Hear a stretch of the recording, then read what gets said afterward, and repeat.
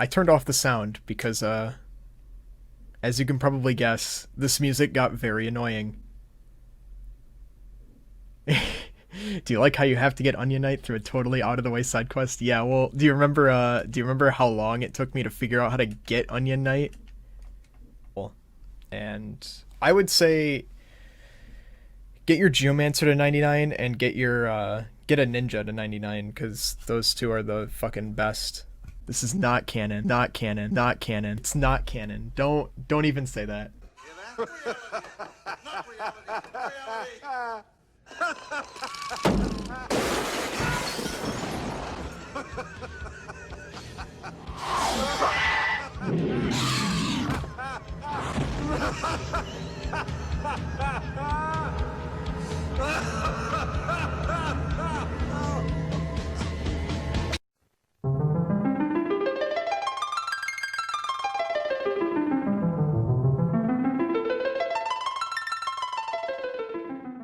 Perfect. Okay, looks like it is picking me up. It's working for me as well.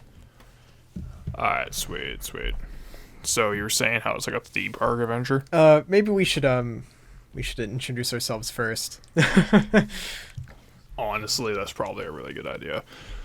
I'll let you go first. Welcome once again to RPG Chat episode. I believe this is 4. Yes, okay. 4 counting Yick, 4. Yeah. Yeah, counting Yick. And I'm one doomed game critic. And I'm Sticky Rick. And today we are, after taking way too long to get to it, looking at Final Fantasy 3. Yep. And it's something. See, this is probably the most difficult one to talk about so far. It's not necessarily bad, but it's not really that great either. I think it had the potential to be something special, and that's the most frustrating aspect. Yeah, it's pretty mediocre all the way through. And I think a lot of that mixed quality comes down to how it has some really good stuff in it, followed by just the most asinine decisions for development. Mm-hmm. Oh yeah, like the job adjustment period that I complained about quite a bit. Oh, we'll get into all that in a second here, because for those not in the know, Final Fantasy III was originally released on April 27th, 1999 in Japan, and it didn't get a Western release until 2006 for the Nintendo DS. Yup. Until a long time off, and we played the DS version. Well, here's the thing. Yeah, we played the PC port the mobile port of the DS port. That's true. We played the Steam version, the PC port of the mobile port. Yes. Amazing. Mine had a couple issues. Mostly with I remember on stream the background music not working properly. Yeah, I remember that was happening constantly, where all the airship music would not work. The airship music wouldn't work, and sometimes when the airship music worked, the world map music didn't work. So it was pretty weird. It's weird because I had none of those issues. You didn't have any problems? I don't know what was causing it. I had no issues with the PC port. I was actually very surprised. That's weird too, because also the opening cinematic would not play for me on stream. I had to watch a YouTube video of it. Yeah, it wouldn't play. It wouldn't get picked up by XSplit. I didn't have that happen at all. Even when I recorded locally with XSplit, it didn't work. It was really weird. Hell, even when I streamed with Discord, it didn't work either. Totally weird. Straight up, it just looks like it hates recording software. Something like that. It must be some kind of different visual channel that's not picked up or something like that. I don't know.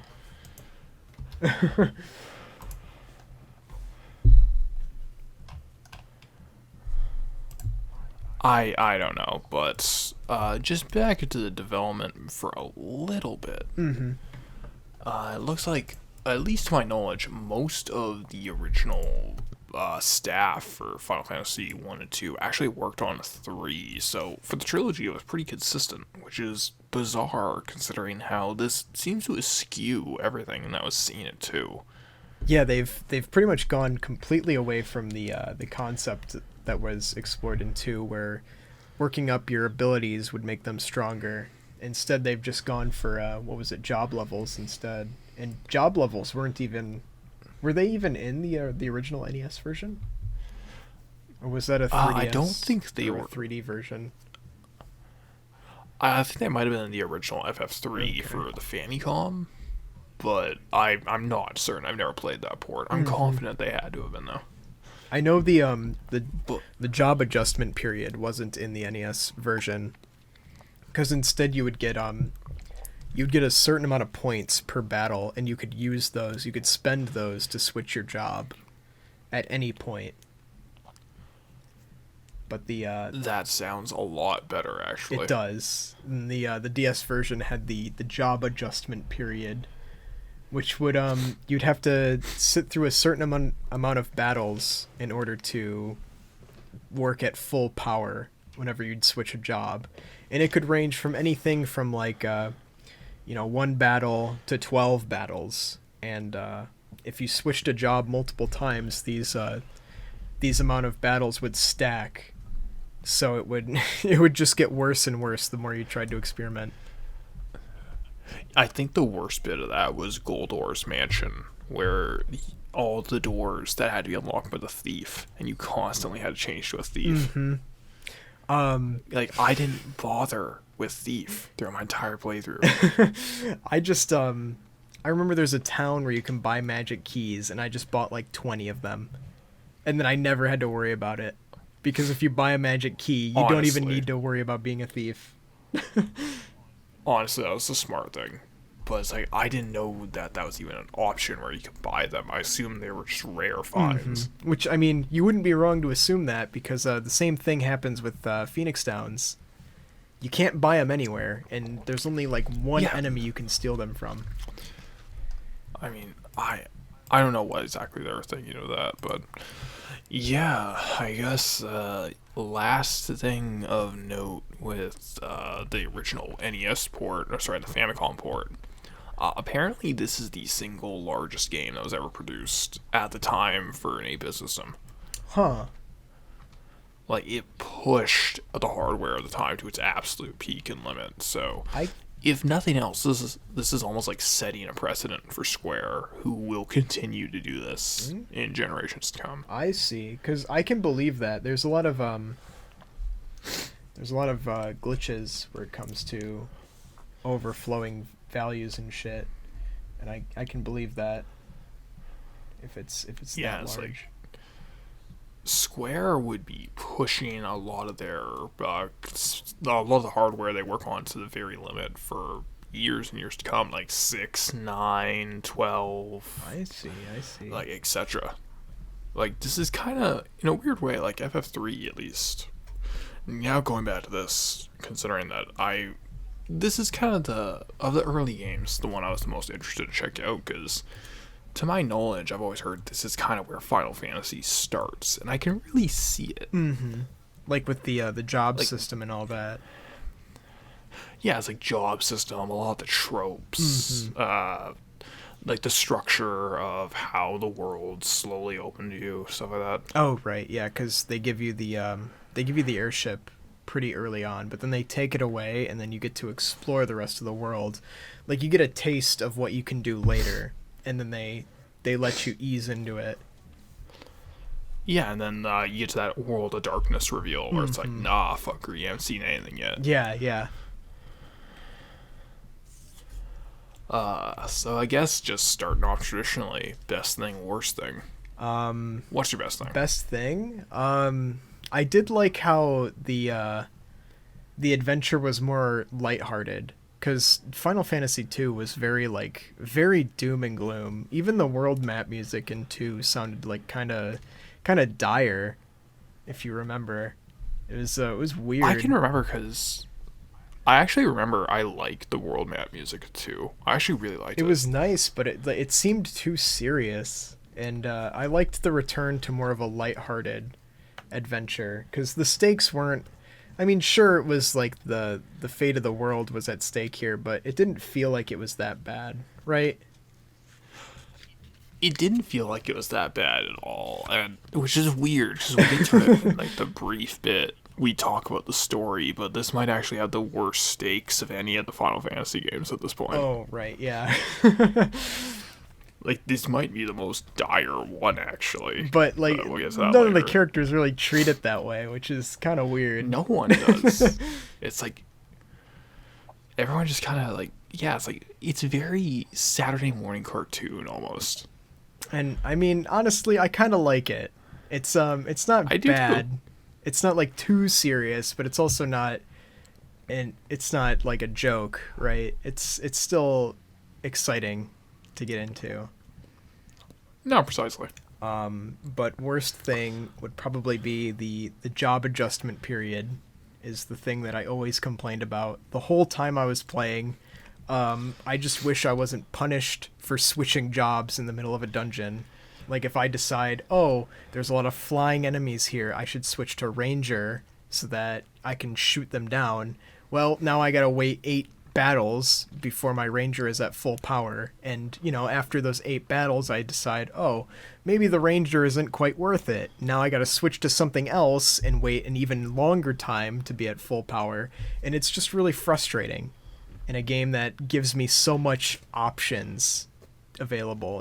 Like I could do anything I want with my characters, but anytime I switch, I'm punished really hard for all of it. Doesn't make any sense. I think that's a good word to use for it because it's bizarrely punishing for everything you can do it with.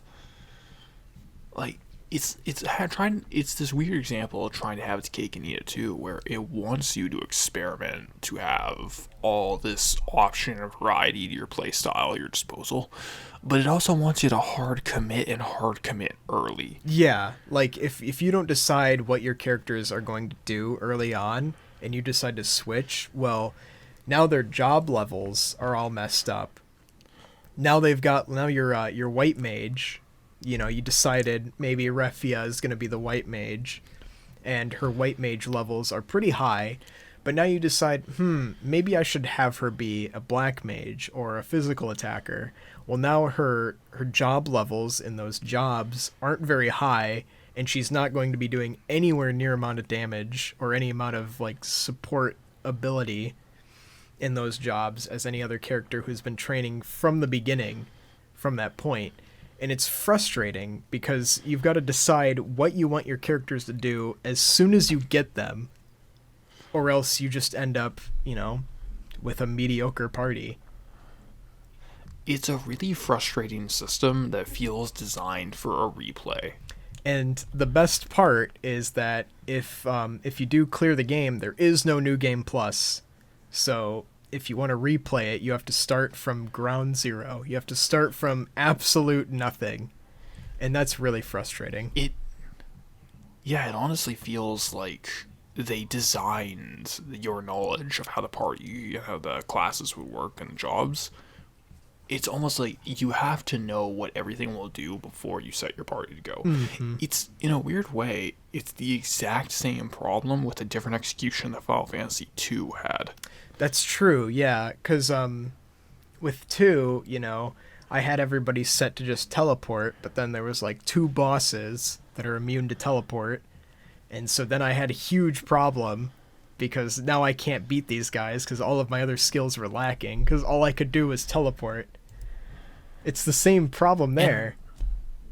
Yeah, it's like on top of that, like in Final Fantasy II, that entire system works best when you know what you're gonna actually aim for. Like, okay, I want one person or at least 2 party members to be good with material magic. I want one guy to be the physical to cover that. It's like you have to get into that mode where, okay, he'll have cure, he'll have regenerate to level that spell up and get his int up and everything like that. So you kind of have to know how the system works and what's coming ahead to make your optimal party. Yeah, yeah. You have to know what's coming up next.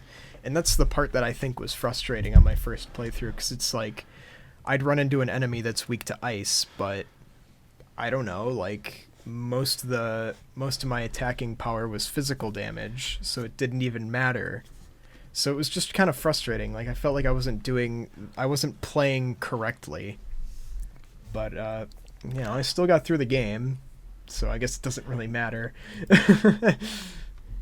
It doesn't, but it's like it's not fun a lot of the time. It wasn't satisfying. It can be, and I don't want to pretend like it's a bad game or it doesn't have its moments of satisfaction. It does, 100% it does. But and we'll get to my best thing, which is a moment of satisfaction, if nothing else. But I think the biggest issue with FF3 in general is that a lot of times, like on top of how you kind of have to know how everything works, the game will lie to you in certain cases. I didn't need a Dragoon. Oh yeah, that's right. Like in the Living Wood against Hein, the game kept insisting that I get a scholar to scout out his weaknesses. I didn't need one. And it's like, no, because like, well, one, even if you get his weakness, he's gonna change it the next turn, so it doesn't matter. Exactly. Like the idea was like you're supposed to scan him every turn, but he never switched for me. He never switched off fire weakness for me. And better yet, I didn't even use fire magic against him. I killed him with a Geomancer. It didn't matter. Yeah, because Geomancer magic ignores strengths and weaknesses. Yeah, Geomancer magic has no affiliation with any type, so you just use Geomancers and it doesn't matter. So the game just lied to me at that point. It was weird. Yeah, it's like, okay, and the worst part is, unless you experiment with Geomancer, you're not gonna know that, the game's just lying to you about magic resistance. Mm-hmm. In terms of this one class. The one class that this ability has, I mean, like, you can only use this ability with the one class, and this is the only class that has unaffiliated magic, aside from, like, what is it? It's not it's the Black Mage upgrade that can use, Magus, yeah. Magus.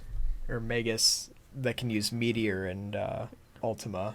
Or can they use Ultima? Is Ultima even in this game? No, they use Flare. Flare, yeah, Flare. That's the non-affiliated magic. Man, Meteor was so fucking disappointing.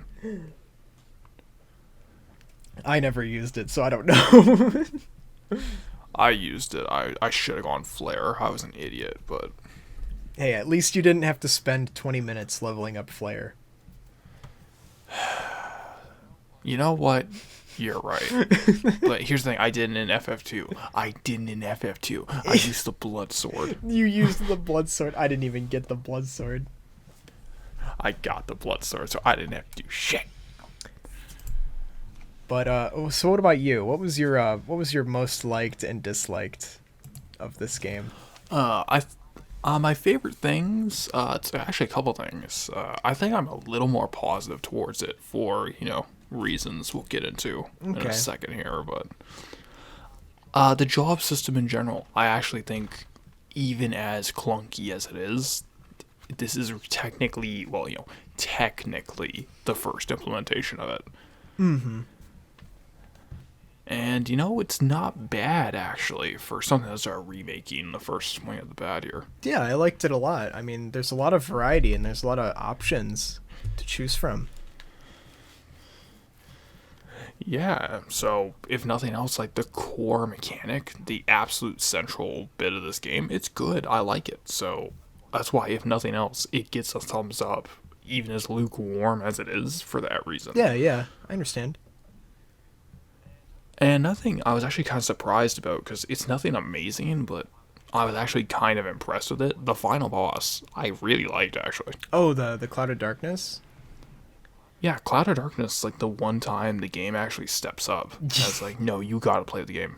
Yeah, you gotta know how to maximize your damage and all that. It's like oh wait, the game's actually challenging me. It was a big step up. Yeah, I died in that fight, and I was really surprised. I was like, I'm doing 9,999 damage every turn, and I still got wiped. But you know. Yeah, and here's the thing is that it's a fair challenge. It's not like it's just bullshit. Wipe your party. Fuck you. Yeah, no, like there were ways that I could combat the attacks. What was it? What's the move? Cosmic Ray or something like that. It's Yeah, it's the laser. the laser beams. attack that wipes your party. But there's ways to defend against it, and finding out how to beat it was actually pretty fun. And that's the challenge that I'd wanted from the game the whole time. Before it was just like, Yeah, fuck you, you didn't train your job levels high enough, now you die. That's how it felt for most of the game. yeah. Where here it's like I don't even feel like my job level contributed to me beating the game at all. And we'll get into job level in a bit.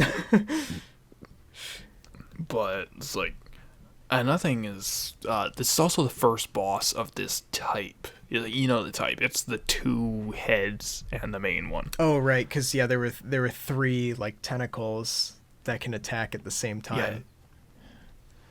Yeah, so you got the tentacles and then you got the boss itself. And it's like, this is a trope in every RPG. You will see this boss. Okay. And Cloud of Darkness is the first one. So this is where it all began. Actually, like, even outside of RPGs, you see this in, like, Zelda games all the time, like Bongo Bongo. Oh right, yeah, because the hands, you got to defeat the hands before you can get to the main part. Yeah, it's like, so this is a pretty common boss fight trope, and this is the first one that I can think of ever doing it. Thinking back, you're probably right, because I'm thinking back to Final Fantasy 1 and 2. I'm not even considering other games that were released around the same time, but all of those bosses were just like 1-on-4 fights. Like They're very straightforward compared to this. it's just the boss shows up and you have your 4 guys and he's just one person. Maybe he has 2 attacks per turn, but you know, you still have 4 people, right? It's still fine. This is probably the first final boss that has multiple parts that need to be defeated before you can target the main body. Yeah, it's like, and the multiple parts actually influence the attacks of the main body. Like, I believe it was one, I forget which head it was. I think it was the left head. But you had to kill that thing to get rid of the eye of focus beams or whatever. Yeah.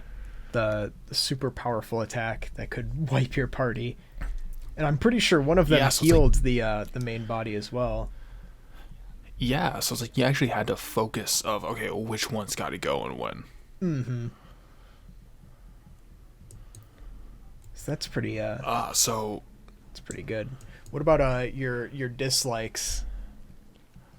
I also have a couple things I like. One, the boss fight theme is good. Oh right, yeah. Yeah. That final boss theme is catchy as fuck. The final boss music is pretty good. All of the music in this game was pretty decent, as far as I remember. Yeah, I actually really liked it. But another thing too is, okay, so I know this is dumb waifu culture bullshit, but I'm just saying it right now. Cloud of Darkness. Currently at the best girl. All I'm saying, Cloud of Darkness, looking pretty fine. All right. Look, okay. Every other female in this 1 to 3, just inferior. All of them. Cloud of Darkness. I can. She's looking pretty good. Cloud of Darkness is pretty damn fine, man. That's all I'm saying, bros. That's all I'm saying.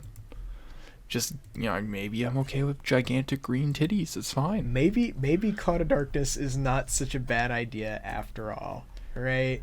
Maybe she's actually okay. That's it. That's literally it. It's like I have a definitive Final Fantasy best girl that's cliche as fuck, and we'll get to it. But second place is Cloud of Darkness. Is Cloud of Darkness. She's fucking fine, dude, and she wants to blow up the universe. That's sick. So worst thing, like, it honestly is pretty predictable. The worst thing, it's both the job adjust and job leveling, both of them. Now, I think the job leveling wouldn't be such a problem if the level cap wasn't 99. If it was like That's 10 it. or 15, it would make a lot more sense. But since you have to level the jobs to 99 to get the maximum amount of output from them, bless you. Sorry. Oh, I'll cut that out. I'll cut that out. Don't worry. Because that's horrible and disgusting. The fact that you have to grind your jobs to level 99 to get the most out of them is really frustrating. And like at the end of the game, like you're probably going to grind one job to 99 and that's fine, but it doesn't need to be 99. It could be like 15 or 20 or best yet, it would be 10.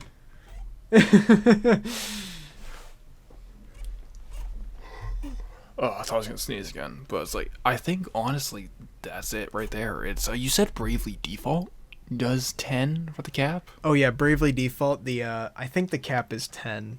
It must be 10 or 12 or something close to that, but it's 10 and I think it's like it's been years since I played this game, but I think like every even level gets you a passive ability and every odd level gets you like an activate ability that you can use with that job. So that's pretty neat. Like there's more skills that you can learn while leveling up the job. Yeah, like there's something. In this game, But I think that you just get whatever the job Yeah. had. You know, warriors can advance, knights can guard. That's pretty much it. That's all you get for 99 levels. Yeah, it's like, and you get stronger with it. Which one? That's a problem. Is that like devalues the levels themselves. Like character levels don't really matter. The only thing that really matters is your job level. And it leads to a problem where like the single most efficient way to get your job level up is to just guard for 6 turns and then attack one enemy and then run back and forth Yup. and then wait for the next encounter. You know that's exactly what I did. I think that's what everyone does because I looked it up and I was like, oh fuck, I need to get my job level up. What do? You Oh, this? you just run back and forth in the first dungeon and guard for 6 turns, and that's it. It's just how you do it. It's like, why? Because like, the worst part is like you have to do this. You're not going to get your job level up above like maybe 40 unless you do this because with actions per turn, you're only going to get like one character acting in turn at a certain point. After a certain point, you'll be 'Cause they can strong just- enough to one-shot enemies. And at that point, Yeah. other characters aren't getting their job levels up anymore because they're not taking any actions. So there's not really much you can do. You just have to sit in these fights and guard for 6 turns to make sure that everybody gets enough actions to level up. It just doesn't work. It's just frustrating, honestly, because like it feels like a waste of time, and you would have fixed this if you could get it up to just 10 playing the game. Like I know in Bravely Default, it's you get experience points and you get job points for every fight. If they'd just done something like that, it would have been completely fine because you know you get job points every fight. It doesn't matter if you participated or not. You know, so long as everybody's alive, they get a job point or they get a certain amount of Yeah. job points per fight. Then that'll level up your job. But I guess this game was pretty early on, so I don't know if in the Famicom version they leveled up the same. I'm not sure. Yeah, so unfortunately, we can only judge the version we played. Yeah, we've only played the DS version. And that just leads to one of my questions, which is just very unfortunate. Okay, how much of this game's problems could have been fixed if you, one, took out job adjust because it's a pointless system, and like lowered the job level to like, okay, let's say 30. 30. Okay, that's like, that's 30%. I think that's a reasonable number. Yeah, 30 is pretty good. Makes sense to me. Like, I don't know. how much of this game's problems would have been fixed? You would have been able to max out jobs faster, which probably wouldn't be an issue, because then that would encourage you to switch your job so that you could, level up another job and maybe see what that one's all about. But, you'd still have the job that you've leveled to fall back on if you needed to. I don't know. It seems like it would be a lot better to me. Like, I mean, some of the core issues of the gameplay are still going to be there. Like, the boss fights really don't challenge the player or their party composition. Yeah, they're really just like, can you min-max your damage, yes or no? And there's some smaller issues that we'll get. Okay. But I think the biggest issues with the game being the grinding, probably the biggest problem the game has, would be fixed if you just lower the cap of the job level significantly, take out job adjust. In fact, if you took out job adjust too, even just that, if nothing else, you would have the ability to choose what jobs you want to specialize in first. And if like you ran into problems saying like, oh well, I need this certain job here in order to win these fights a lot easier, you could switch to them, no problem. You wouldn't have to worry about it. You wouldn't have to like leave the dungeon and go past that job adjustment phase. You could just change it and it would be fine. I understand why they put it in there, you changing to a new job, you've got to adjust to it realistically, but it doesn't make sense for such a fantasy game like this. Yeah, and it's like, it's just irritating because it becomes busy work after a while, where if nothing else, the issue of, I think I did a bare minimum playthrough where I only job maxed out my 4 endgame jobs. That's it. I think 5 to 10 hours, give or take, would have been cut from my total playtime. I have like 25 hours to beat the game. Yeah, I was looking at back of my footage when I was grinding jobs. I definitely spent like a lot of time grinding every job to level 99. It was definitely like, I don't want to say it was over 40 hours of grinding every job to 99, and it was too much per job. Yeah, it's like, why would you have an achievement why would you have an achievement for something so tedious? Not just that, like, why would you make something so tedious? Like, just getting one job to level 99 takes like 3.5 hours, maybe even more, maybe 4 hours for one job for each character. And why does it need to be that much? It doesn't. It really doesn't. I think it's just oversight. They just were not thinking consistently. Okay. I mean, that makes sense. Like, they probably expected a person to use a job for maybe like a chapter, like until they get a new set of jobs from a crystal, and then just forget the rest of them. And because you stop getting jobs pretty, I want to say like, when is the last time you stopped getting jobs? It's after the Earth Crystal, but how far into the game is that? Well, see, the Earth Crystal is a weird one because you can do most of the game's content without getting to the Earth Crystal.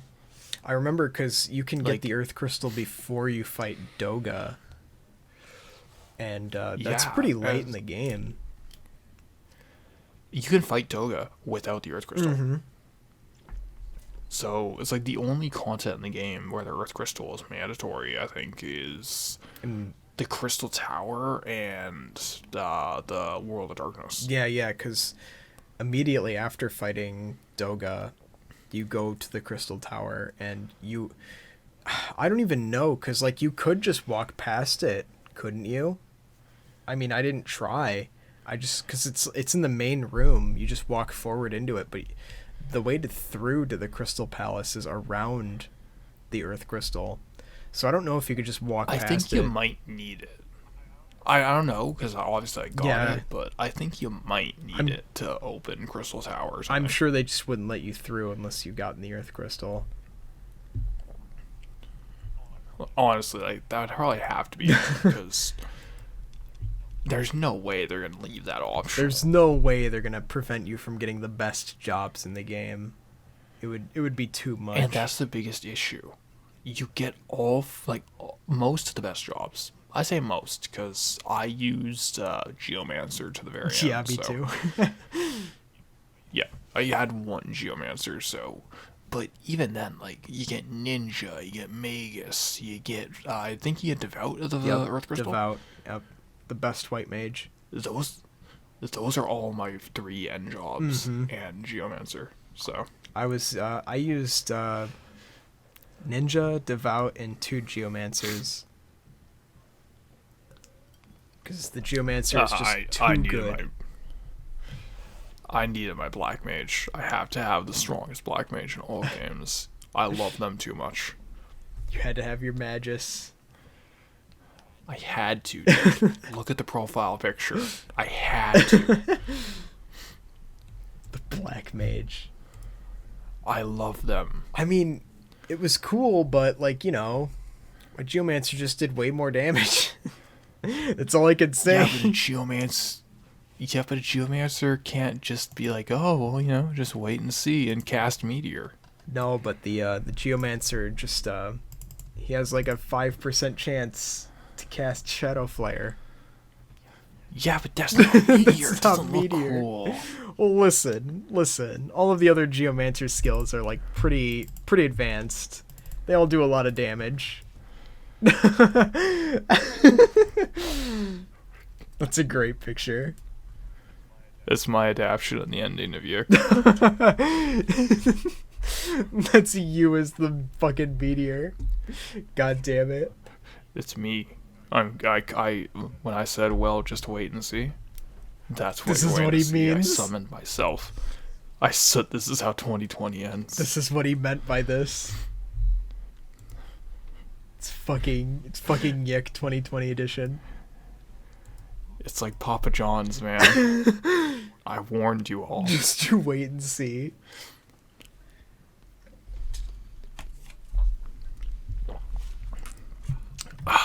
Oh, delicious orange juice. I love you.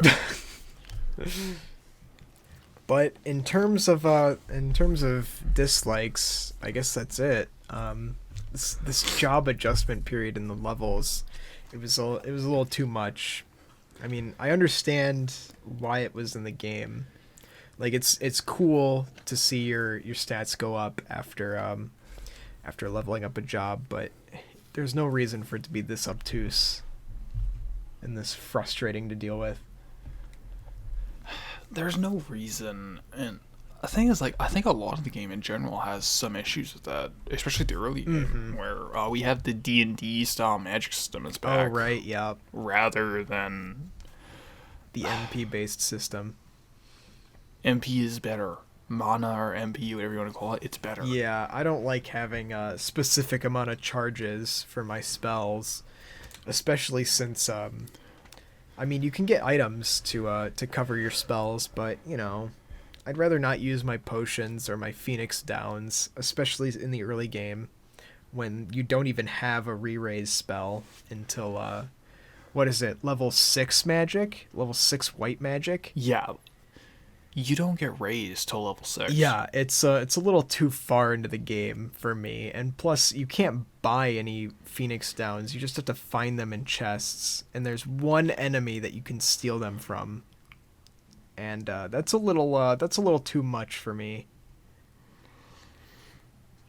And on top of that, like, what happens if you're trying to have a spellcasting team, or even just a member?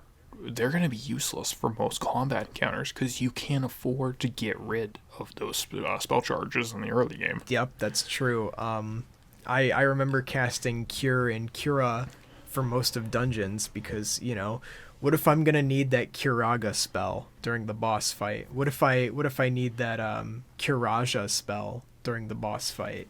I need that full party heal during the boss fight. I can't afford to use it against these random mooks. I can't afford to use my good heals during the dungeon. I need it for the boss fight.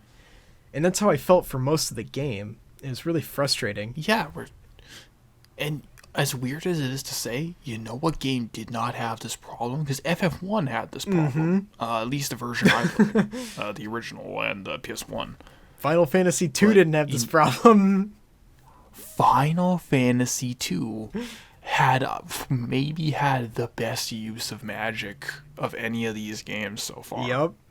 Final Fantasy II had the mana system, and it worked just fine. It had the mana system.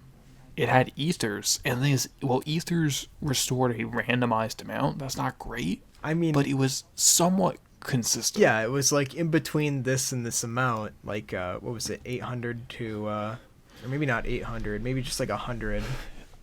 I think I'm thinking of the, exactly. It's like, instead of ethers, I'm thinking of elixirs.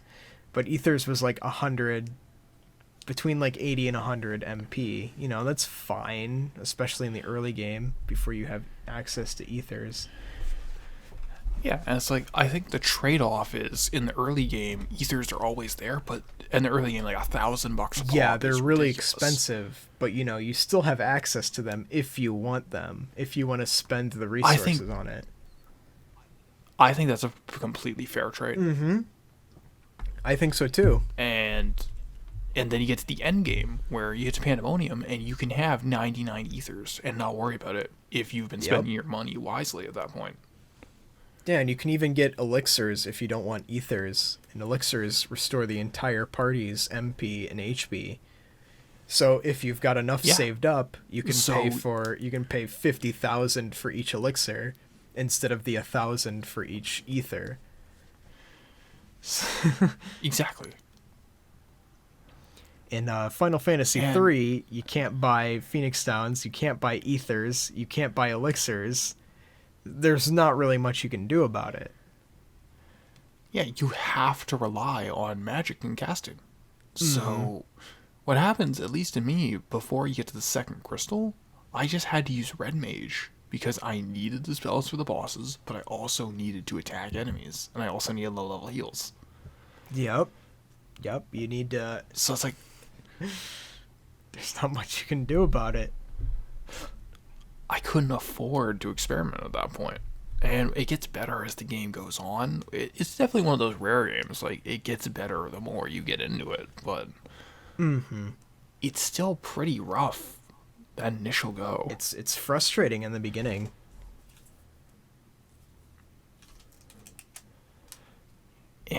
And then you just get, like, really weird decisions that also play into the frustration of trying to manage the resource of the spells. Like, having to change your status constantly to, like, mini or frog to get through dungeons and progress. In the Tower of Owen and in the Tower of Owen, you have to change everybody into frogs. And that requires 2 casts of, like, level 2 white magic to turn yourself into a frog and to turn yourself from a frog, because you can't fight as a frog. You can't use magic and you can't attack physically. And then there are many points in the game where you have to shrink yourself in order to get into a dungeon or get through a dungeon. And that requires 2 casts of level 2 magic. Living Wood is one of them, and there's, what is it, the temple? The Nepto temple, where you have to stop the sea serpent. But that one you have to stay shrunk the entire time. At least with Living Wood, you just have to shrink to get through the entrance. And that's frustrating too. It's annoying because, like, if you don't have the items, what you have to do is have 8 casts of the spell. Well, I don't think it's 8, because you can target the whole party with those ones. I remember because I had that same problem. And I was told, if you just full target Mini or full target Toad, it's just 2 casts. Okay, well, fair enough then. But yeah, if you don't have the items, it's 2 casts. But if you do have the items, it's 8 items, because you can't multicast items. So it's like, well, get fucked, loser. Get fucked, nerd. Yeah, it's like, oh, you didn't have a magic user to shrink you or to cast Toad on your party. Well, get fucked, idiot. Looks like you didn't prepare hard enough. And you didn't see this coming. Nobody could have seen this coming. Like, why would you have to turn into a Toad to get into this tower, right? It's a cute moment once. Once.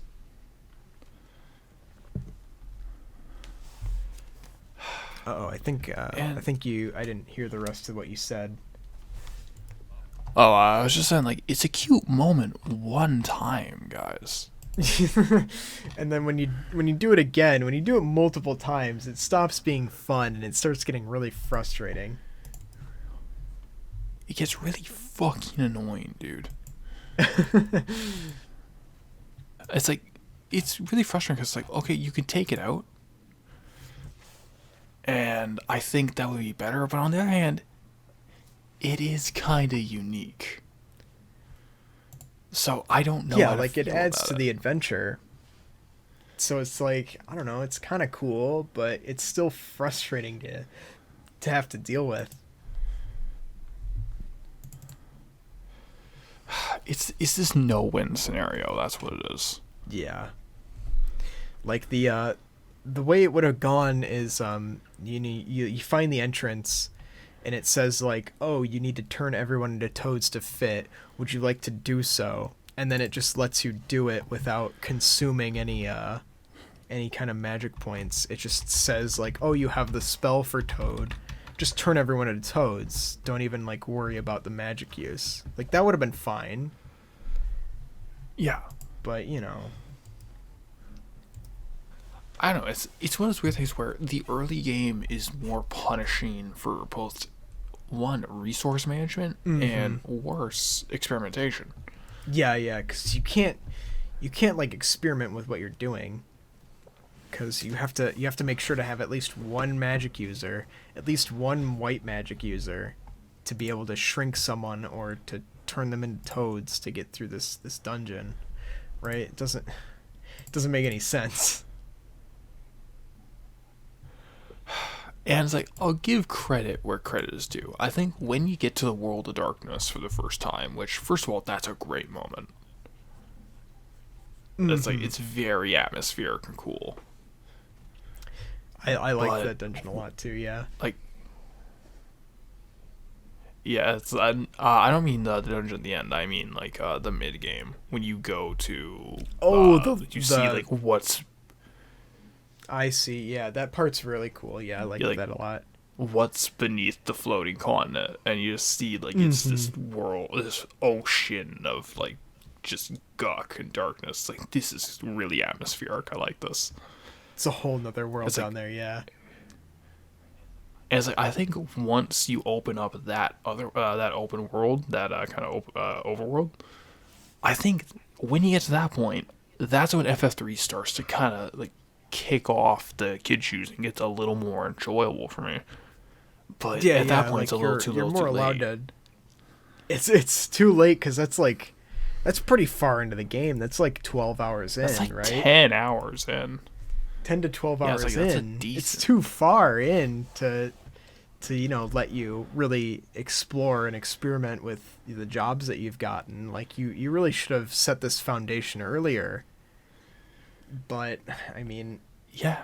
there's no other way we could have done mean, it. It's one of those weird things where I don't think it's like an FF13 situation where it's like it's just abhorrent for the first 20 hours and its fans say, but it's good after 20 hours. It's not. I've beaten it, but We'll see when I get there. but Yeah. it opens up. Yeah, it's like, but it does open up after 20 something hours. It's not as bad as FF13, but it's a similar scenario to where it's like really passable but completely unspectacular 5 out of 10 kind of game up to that point. And then it's kind of like a 6 or a 7. Then it's a little bit better, yeah. And it's like, okay, I'm kind of starting to get into this now. And it's kind of too little or too late at that point. Yeah, and also it's you mentioned it as soon as we started, but this is where I start thinking like the theme park adventure starts coming in, because it's like at this point your characters aren't going to new locations because they need to. They're being told to go to these areas. Like remember Saronia? There's no reason for your characters to go there, but when you fly over it you get shot down, and that's how you progress the rest of the story. Like your characters have no reason to be help there. us. It's just you just have to go there for the story to continue. And that's just how it is for the rest of the game. Like, you're told, oh, you need to go to the Temple of Time. So you go there, and, you know, the story happens. Oh, now you need to go to, like, the ancient ruins. And so you go there, and the story continues. There's no real reason for your characters to go there. They're just being told to go over there, and you learn a little bit more, and then you just keep going. And that's it's kind of lame because it feels like you don't really have any control over where the story's going, but you're just along for the ride. You go in there and you learn a little bit more, and then you just keep going. Honestly, yeah, like this is probably a good time to transition to the story, where that's a pretty big issue with it, where I don't feel like most of the events that happen in this game are relevant to the plot. Yeah, as it unfolds. Like the actions that your characters are taking really don't matter. It's more just like you go there, you see something, and then you move on to the next thing. And it's like, I think the biggest issue I have is we don't even know who the main villains are until like the very, very last quarter of the game. It's like, you hear a bit about Zandy, right? But then, like, he's not even the villain. He shows up and, like, he's the reason that the Cloud of Darkness comes in, but he doesn't really have much to do with the story. You only talk to him for 10 minutes.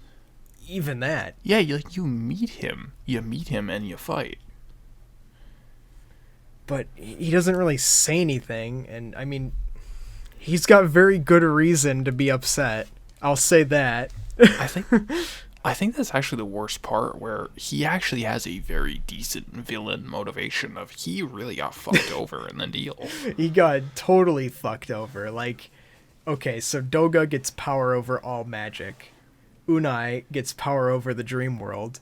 Zandy's gift is that he gets the gift of mortality. He can die now. Yeah, like, what the fuck? Did you expect him to get angry? Like, what do you mean? Why would you give this to him? It's like, yeah, at that point, why wouldn't you go chill at the Cloud of Darkness and say, hey, yeah, fuck the World of Light? Like, okay, I get the blessing of being able to die. I think not. Like, my two best friends are immortal. Like, they're gonna go on and live without me. I don't get to live any longer now because I'm fucking mortal. Like, yeah, fuck this. I'm gonna summon the Cloud of Darkness and disrupt the balance, because I can. And worst part of that is, like, also notice how Unai and Doga are really fucking quiet about what happened. They never say. Yeah. Like, what was our reaction to our friend basically getting murdered here? Like, they basically say, like, you know, it's cool. Like, at least you can die now. Like, at least you don't have to be immortal forever. And he's like, well, what the fuck? Maybe I wanted that, you know? Maybe I wanted to be like, immortal. He has it sucks because, like, Zandy is a completely relatable motivation, but we don't see anything of him, and we don't hear enough about him to really get in the character's shoes. Like, we get to see that he summons, he influences the world around him with Goldor and Gigameth, but other than that, we only get to talk to him for like 10 minutes, and then we kill him, and that's it. He doesn't get to say anything more. It's just over. And I think the worst bit here is, like, going back to Final Fantasy II, like, this is similar to the Emperor, but the difference is the Emperor was, like, directly intertwined with every single thing that was happening. Like, not everything was controlled by Zandy. Like, what was it? Salamander was a thief. I don't remember his name, but he was, yeah, he was, like, the ogre. He wanted to steal the power of the fire crystal in order to, you know, I don't know, do something with it. But Zandy had nothing to do with it. Zandy was only relevant, like, as soon as you get to the mainland, the actual continent, the world, aside from the floating continent. Yeah, like, Zandy just froze time so he wouldn't die. And we don't get to know more about him to understand his motivations other than he didn't want to die. Which makes total sense to me. Which, like, yeah, fair enough, man, but I kind of want to know what his character is like. Like, what was his relationship with Doga and Unai? What was his role in the being one of the three wizards? I know if you read the books in Saronia in the library, it says that they were all apprentices of the Great Wizard, and they were all friends or something like that. And as soon as he got his mortality gift, he shunned them and went to live on his own because, why wouldn't he? He's got nothing in common with them anymore. Like, yeah, it's like we also don't see like who was he exactly before all this shit went down. That's true. We don't get to see anything like that.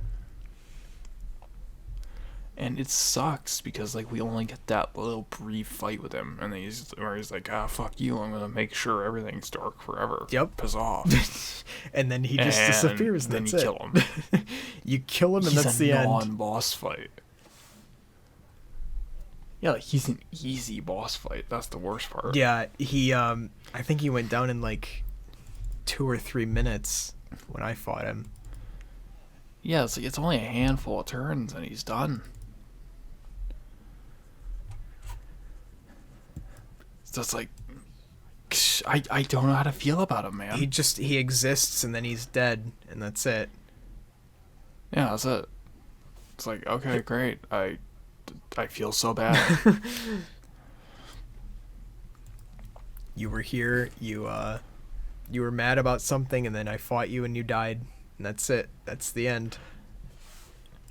And the thing is, like, with FF2, I don't know, like, the thing is FF2 is, like, with objectives, the party always had a solid objective for where they were going. You always had a goal in mind. We need to set up communications with the rebels in the main city. We need to stop the Dreadnought. Yep. Oh no, the Dreadnought launched. We gotta take it down. So it's like, there's always a direct reason for doing everything you were doing. Yeah, and here it's like, okay, just roam around until you get shot down by Saronia forces, and then you get a new airship. It's like you just roam around, and maybe you'll get an objective. Maybe they'll tell you where to go next, and it doesn't really matter. Yeah, it's okay, great. I'll go fight Medusa, I guess. Yeah, go fight Medusa in the Tower of Owen. Duluth tells you that you need to go there for some reason. 'Cause fuck you. And he's also an ancient, and he can rebuild the tower or something. Yeah, and only him. And he ends up having no real impact in the story aside from that. Yet he's important enough to be summoned at the end of the game as a helper or something. Same thing with the 5 old men, which. Okay, no, the 5 old men are fucking shads. Okay, I'm not saying anything against them because you're right. They're they're totally they're the best heroes that we have, but why do they get summoned? Like, they have no real purpose in this story other than that they're fucking cool. It was literally just for a gag. I mean, It must have been. I don't know, like, did this happen in the original? Because if it did, this is the first instance of this trope that I can think of in a video game. Oh yeah, summon all your buddies for some moral support. Yeah, which, like, honestly, I think is raise your fucking hands in the Kino. air. I love it. I It's love the this best. shit. I don't care if it's cheesy or tacky. I love this. Okay. Remember in fucking Paper Mario in 1,000-Year Door? In Paper Mario, it's fucking great. In Super Paper Mario, it's fucking great. In all of the Paper Mario games, it's good. Fucking give the heart your power. Just you gotta give your energy to these guys. So good. I love it. I don't care if it's tacky, but why did they pick them of all people? They had like the least amount of impact in the story.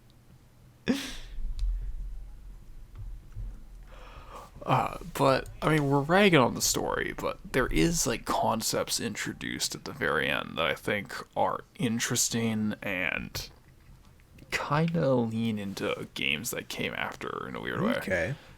What's what's kind of interesting with the way the darkness is presented is it's mentioned a lot, and like there's like throwaway lines, stuff like the town of the ancients and everything.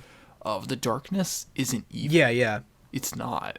It's there's a balance that needs to be struck because before the darkness had come through and the warriors of light needed to be summoned, there was a time where the light became imbalanced and they needed warriors of darkness to come stop the light from overtaking everything.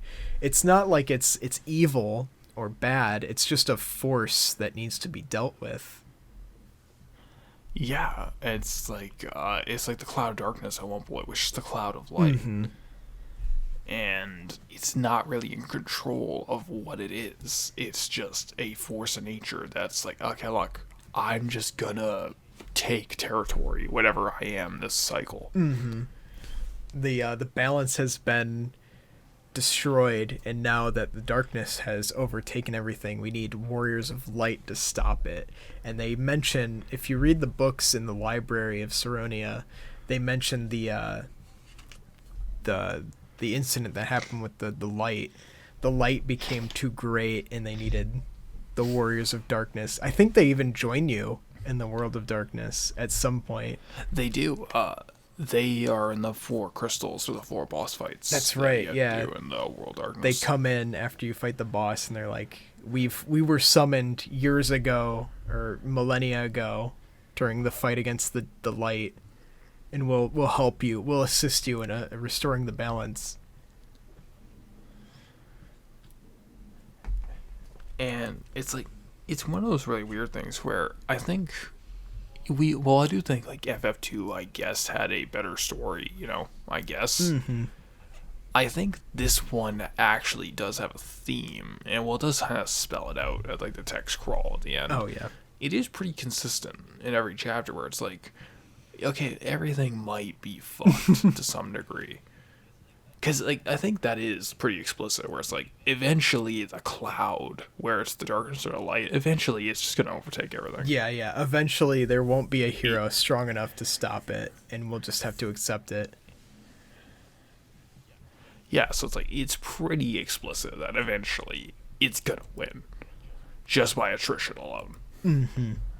But, which, just saying, another evidence for second best girl, but whatever. But, hey, look, she'll never quit on you, dude. Eventually, one day she'll win. Either her or the light version. If you're in there with the cloud, like you're dating the cloud, you're like that fingers crossed thing. You're like this. Like, you're in there, bro. She won't quit on you. Just like this, yeah. Like, second best girl confirmed. But the thing is, like, okay, well, it is established through a lot of dialogue and everything. Everything's fucked to some degree, some point or another. That's not a valid reason to ever stop at all. That's not a valid reason to just lay down and say, well, it's fucked anyway. To just give up. I may as well make it worse.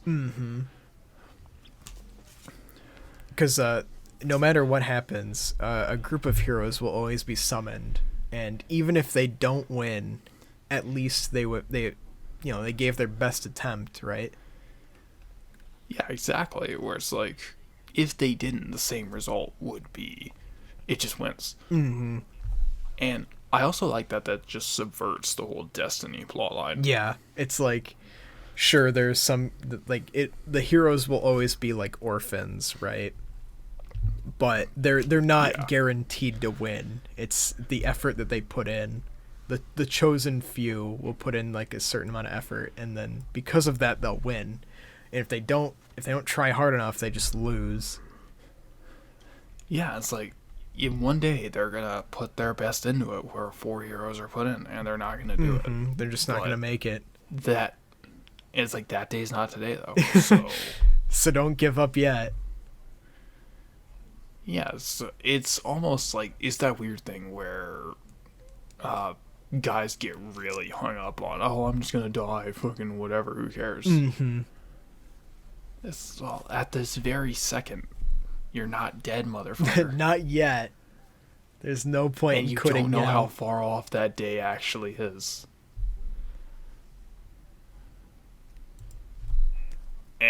I don't know, like, if nothing else, it's not like an amazing, like, oh, awe-inspiring, I'm so completely enthralled with this kind of theme, but it's something. Yeah. It's there's still a reason to keep continuing. Hell, even if you are Yeah, going so to it's like, lose, like there's no point in giving up yeah, exactly. because maybe you'll win. So it's like, if nothing else, like, there is a consistent theme with this game. So yeah, if so I guess that's like also kind of a first, at least as we've played them for the Final Fantasy games. So yeah, I don't have too much else to say on 3 though. Okay, so let's see. I talked about the job adjustment period. Let's see.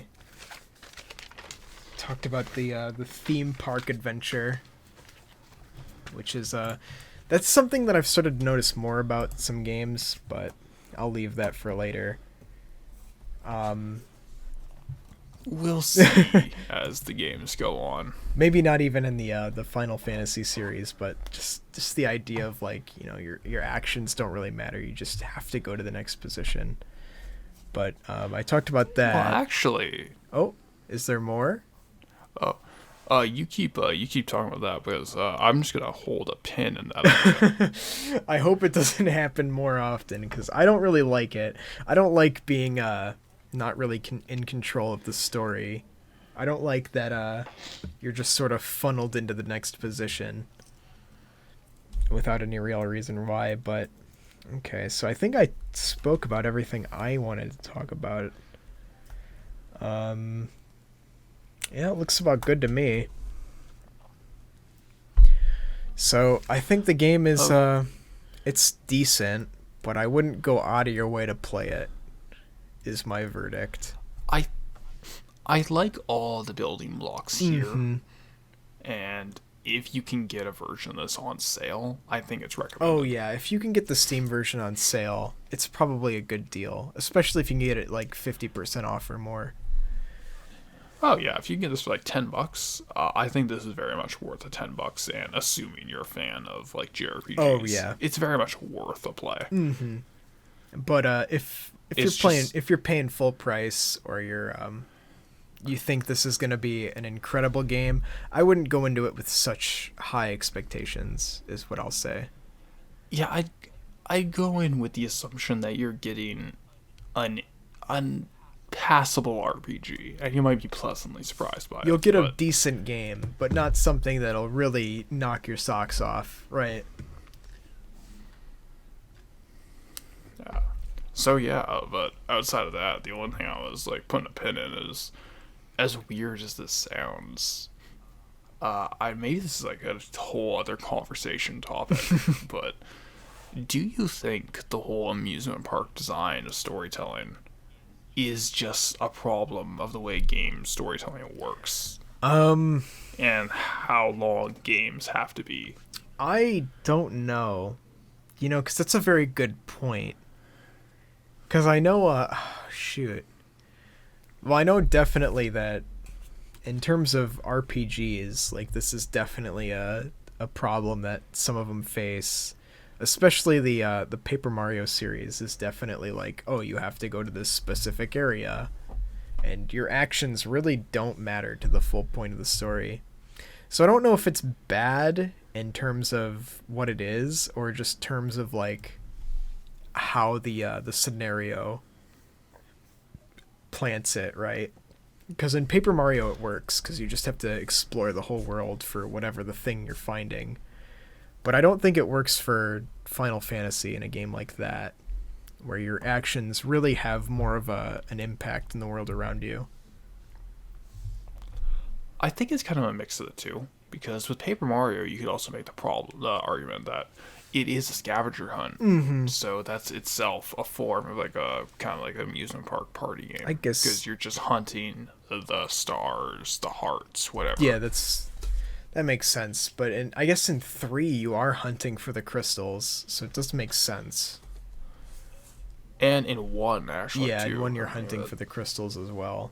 But I feel like in a Final Fantasy game, in a game that's a little more serious than Paper Mario, like I feel like my actions in the world would have more of an impact, especially in Final Fantasy 1, because the characters themselves, the characters in the world, would reflect on what you'd done.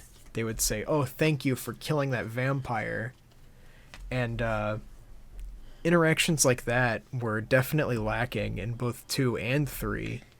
Characters would stop reacting to what you did in the world pretty quick.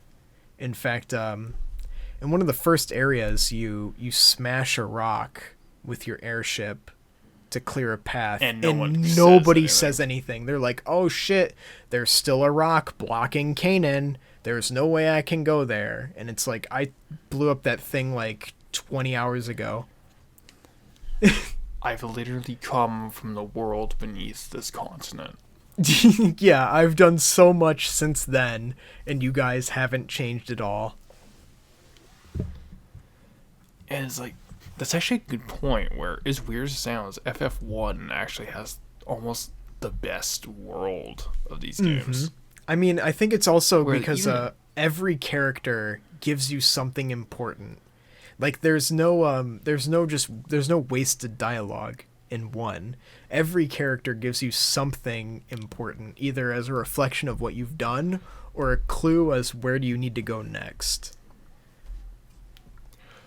Yeah, it's like, as weird as it sounds, like, that, honestly, I kind of prefer that, because, like, FF2, on the other hand, it's supposed to feel more like a world, like a kingdom at war, but I never really got that from any of the NPCs. They're all kind of irrelevant. Yeah, they kind of hang around and say like the same things until like you get to a certain part in the story, and maybe they moved back to the kingdom or whatever, but they don't really change their dialogue that much, and it's more like you stop bothering talking to them because like, oh, they're not going to say anything very important. And it's the same thing in 3. In 3, like, the characters never change their dialogue, which is a little frustrating. So I suppose that we are also at the end of a trilogy.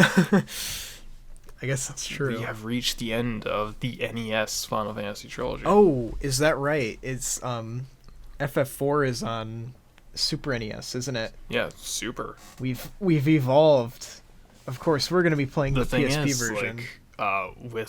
like Final Fantasy, there's a trilogy in a lot of them. Like the SNES has 3 games, the PS1 has 3 games, the PS2 has 3 games. Huh? I never even thought of that. And if you really want to get into it, the Xbox 360 also has 3 games. Which one's that? It's got Final Fantasy 13, 1, 2, Oh and 3. my god. You're right. Every console generation, except for the one we're in right now, has a trilogy. Well, PS4 just had 14 and 15, right? It had, well, if we're counting the MMOs, which I don't know if we should count those, because like those are mostly like a PC I guess thing. that's true. That makes sense. I mostly just, I only count like the main single player ones. Right. But like if we're just counting the single player ones, we had 15 and 7R. Okay. That's right. Yeah, the remake. Oh shit. I'm going to have to get a fucking PS4 for that one. Oh no. No, you're not. Oh, Whenever no. we get around to it, it's gonna have a PC port. I guarantee it. Thank God. There's no way it's gonna have like a require. It's not gonna go to PC eventually. It's got to be on there someday soon, maybe in a year or 2. Yeah, I give it when the PS5 has like a decent amount of like a year or 2 of life into it. We'll get like one on the PC. Okay, so we finished the NES trilogy, or the Famicom trilogy. Rank 'em. Oh boy. Rank 'em. Oh man, this is a hard one because This is extremely hard. I think Final Fantasy 1 is top so far. I still think that one's the best one so far. See, I'm inclined to agree, and a part of me doesn't like that because FF1 is so dirt simple. It's so basic. It's so bare bones, but but everything it does works. everything right, and I have no complaints about it other than that it's basic. And Yeah, like even then, it's like 2 and 3 are like tied for different reasons.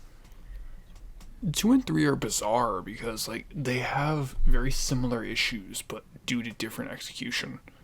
Yeah, like 2, they both give you a lot of freedom, but 2, it's like you have to work on the skills that you want, and then 3, it's also like you have to work on the jobs you want, but you have to know what they are before you even Yeah, it's like both of them get into a require dungeon. grinding, but in different So ways. they have kind of the same issues, but different. I guess it just really different comes down to, do you want solutions. more theoretical gameplay freedom for replays, or do you want more of a strong directed experience? I don't know. It's It's like, so I'll agree with you. Like FF1, I think is the best of the 3, just because like if I had to like put it to a question, which of the 3 am I most likely to go back to? It's FF1. It's not even a yeah, question. it's the most solid of the 3, but like 2 gives you a lot of options. 3 gives you a lot of options. And I don't really know what's better than I don't know what the better one is between the two of them. But 1 is definitely like number 1 in my eyes so far. I mean, if I had to rank them, I'd say 1 is at the top because I actually want to replay that game. I'm interested to go back to the NES port specifically. Oh, right. Like, I want to play it. I'm actually interested to go back, so that's the top, if nothing else, for me. And after that, I guess I'd have to say, if I'm forced, gun to my head, which would I rather sit through and play the whole game again? I guess FF3. Because, like, it feels like the one that would be the most interesting for a replay compared to 2, where there's a very clear strategy and win in almost all scenarios. You know what? I have to agree. 3 at least, like you can mix it up with other jobs at the very least, but Yeah. with 2 There is variety. it's just, if you don't spam teleport, like you're gonna have a hard time. Yeah, so it's like which is weird because like FF2 is considered like the worst one, but that's a way closer discussion than I was expecting. Yeah, like I don't. It's rough. I'd pick 3 mostly, just because I like the low poly 3D aesthetic, and because it's a cute game. it's cute. Yeah, I like that. I like that more than the 2D sprites. And the job system gives you a little more depth than just, what spells you can equip, because you can only have like 12 spells on each character, and you have to grind them up. So I think 3, it's 1, 3, then 2 is how I'd rank them so far.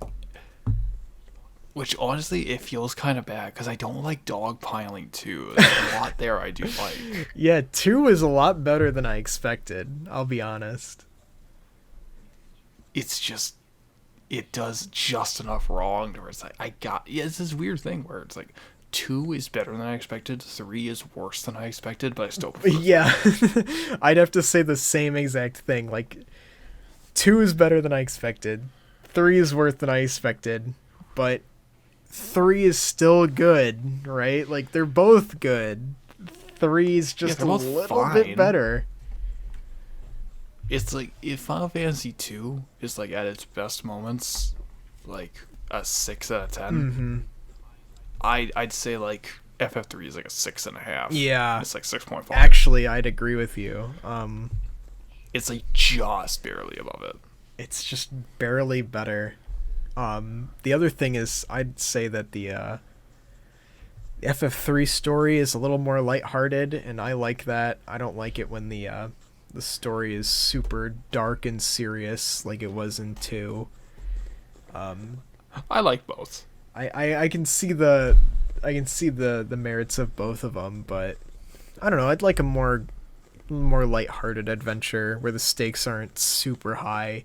Like, sure, bad things happened in 3, where, like, you know, you had to kill Doga and Unai, and Gigameth made Alice's dad kill himself. Like, sure, that shit was pretty rough, but, you know, it was mostly a lighthearted adventure. And I liked that a lot. And I think this is actually one of the reasons why, just to shill it again, and I'm really looking forward to getting back to it, but one of the reasons I like FF7 as much is I think it actually does both. It strikes the balance. It's pretty decent.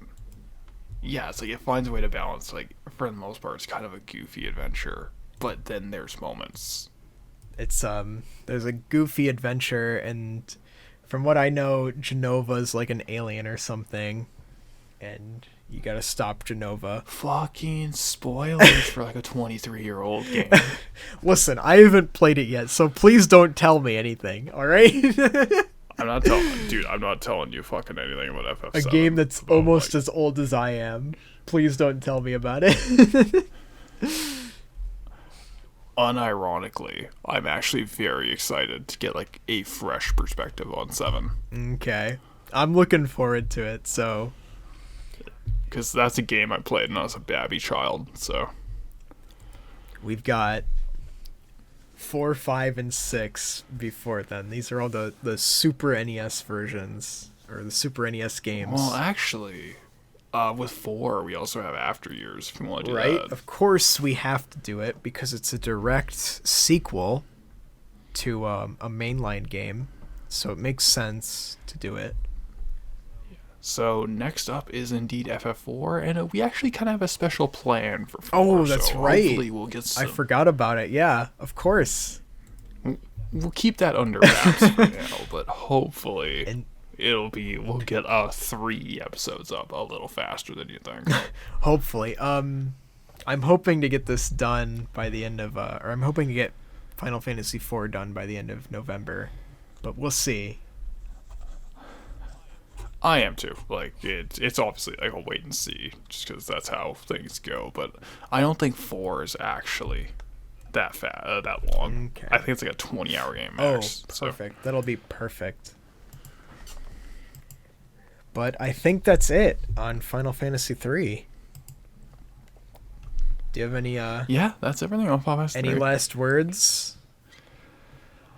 Why is there no save in the Crystal Tower, Eureka, or the World of Darkness? I was gonna bring that up if you didn't, but yeah, no saving in dungeons. Fucking don't even give me a save point in front of the bosses. Like, what's wrong with you? Like, come on.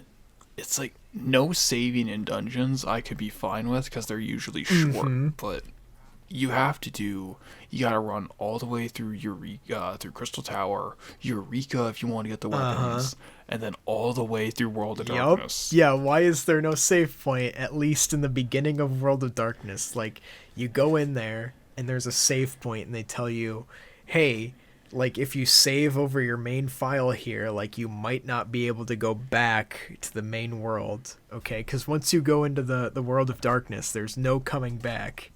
Like, at least give you a warning, right? But there's... I think, like, you know that room where you fight Sandy and you jump into the pit? Yeah. What if there's a save point right there? That's Oh, like, hey, yeah. when you go in, you can't come back. Like, you feel like if you go into this room, you might not be able to come back. Would you like to save? Just write that, you know? Just put that in there. Yeah. There's no save points in the World of Darkness. You have to do the entire Crystal Palace and World of Darkness in one sitting, and that's like 3.5 hours. I died to Cloud of Darkness the first time without knowing the trick, and that happened. Yup, to me. if you die to the final boss, you have to go through the entire 2 dungeons again. Just do it again, dummy. So yeah, like that's also a gigantic, glaring problem with this game. Yeah, especially since after in Final Fantasy 1 and 2, or at least to the PSP ports of these games, you could save anywhere you wanted. I don't know how bad it was in the original NES version. Yeah, but it's like for the versions we played, because I think it's fair to compare the remakes of those two to the remake of 3. Since we're playing the remake, yeah, it makes sense. You know, you can save anywhere you want, but in this Final Fantasy 3 remake, you can only save on the world map. There's no save points in any of the dungeons. So if you There's no excuse. Yep, I mean, okay, you can quick save, but that doesn't count. All right. Quick saving does not count as a regular save. Yeah, so that's basically all I got to say on 3. Outside of like almost forgetting that, because that sucks. I went back and I read your posts in the Final Fantasy channel, and I saw that, and I was like, that's a good point. I should bring that up. I'm glad you brought it up, though. No fucking saves. Yep, why have 3 mandatory dungeons, all filled with endgame bosses, 6 boss fights, and no save? Yep. Why the fuck would you do that?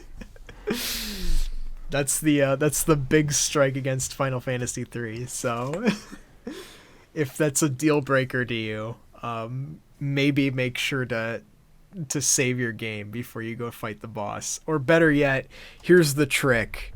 If you ever die in combat, press the start button and quit to desktop, because that counts as a quick save and you'll just load right back in before the boss fight where you died. Yeah, you'll just start at the beginning of the room. Yeah. So just remember that if that's a big deal breaker for you. Because other than that, Final Fantasy 3 is a fine game. It's not particularly amazing, but it's not bad, is what I can say. It's not awful in any way. I did enjoy my time. I actually liked it. I liked it a lot for as much as I complained. I did enjoy it. Yeah, it's what issues it does have just really rear their head, and early on too. Mm-hmm. I say it's a good 6 out of 10 game. If you're not enjoying it, buy the Fire Crystal. Probably should just drop it. Yeah, I'd say 6.5. I'm a little more forgiving of it because like I think it's a little better than average. Mm-hmm. And at the end of the day, like if I had to say thumbs up or thumbs down, I'd recommend this. Yeah, I would. If you're into RPGs, I'd say if you're into RPGs, if you're into Final Fantasy, check this game out. But otherwise, like, if you're on the fence on RPGs, probably skip this one. That's all I'll say. all right, so yeah, that's it. We will be back with the Final Fantasy IV planned podcast. Final Fantasy IV and After Years as well. And maybe something. And yeah, maybe a little more. So We'll see how that works out. hopefully we'll be done with that one sooner than this one. But Yeah, we'll see how things go, or how things go along. All right, take it easy, everyone. All right, and that's the end. Good night, everybody.